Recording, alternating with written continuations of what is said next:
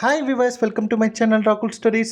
நம்ம இன்றைக்கி இந்த வீடியோவில் எந்த படத்தை பற்றின ரிவ்யூ பார்க்க போகிறோம் அப்படின்னா, நம்ம கார்த்தி நடிப்பில் வெளிவந்திருக்கிற படம் தான் வா வாத்தியாரே. ஸோ இந்த படம் இப்போ தியேட்டர்ஸில் வெற்றிகரமாக ஓடிட்டுருக்கு. ஸோ இந்த படத்தை பற்றின ஒரு ஷார்ட் ரிவ்யூ தாங்க பார்க்க போகிறோம். வாங்க வீடியோக்குள்ளே போகலாம்.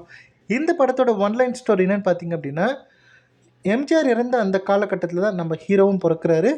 ஸோ நம்ம ஹீரோவோட தாத்தாவான ராஜ்கிரண் என்ன நினைக்கிறாரு அப்படின்னா, அவர் வந்து பார்த்திங்க அப்படின்னா ஒரு மிகப்பெரிய எம்ஜிஆர் ரசிகராக இருக்கிறதுனால நம்ம எம்ஜிஆரே வந்து மறுபிரிவு எடுத்து நமக்கு பேரனாக பிறந்துட்டான் அப்படின்னு சந்தோஷப்பட்டுக்கிட்டு இருக்காரு.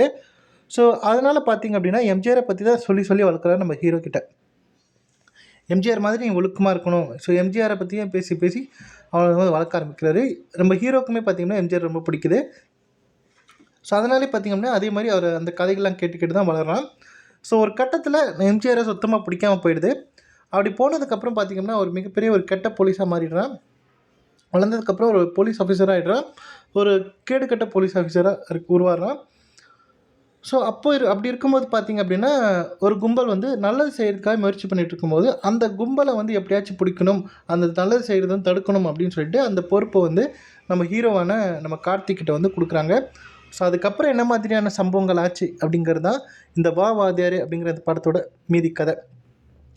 ஸோ என்னை பொறுத்த வரைக்கும் பார்த்திங்க அப்படின்னா கார்த்திக் கொடுக்கப்பட்டிருக்க அந்த கேரக்டர் வந்து சூப்பராக பண்ணியிருக்காரு அப்படின்னு தான் சொல்லணும். அவர் மட்டும் இல்லை, நடித்த அத்தனை ஆர்டிஸ்ட்னு பார்த்திங்கன்னா அவங்களுக்கு கொடுக்கப்பட்டிருக்க அந்த கேரக்டரை சூப்பராக பெர்ஃபார்ம் பண்ணியிருக்காங்க.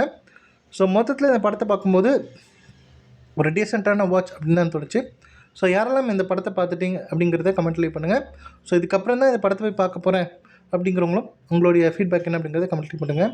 ஸோ இந்த வீடியோ பிடிச்சிருந்தால் லைக் பண்ணுங்கள், ஷேர் பண்ணுங்கள். மறக்காமல் என்னுடைய ராகுல் ஸ்டோரிஸ் அப்படிங்கிற என்னுடைய யூடியூப் சேனலை சப்ஸ்கிரைப் பண்ணிவிடுங்க. தேங்க்யூ.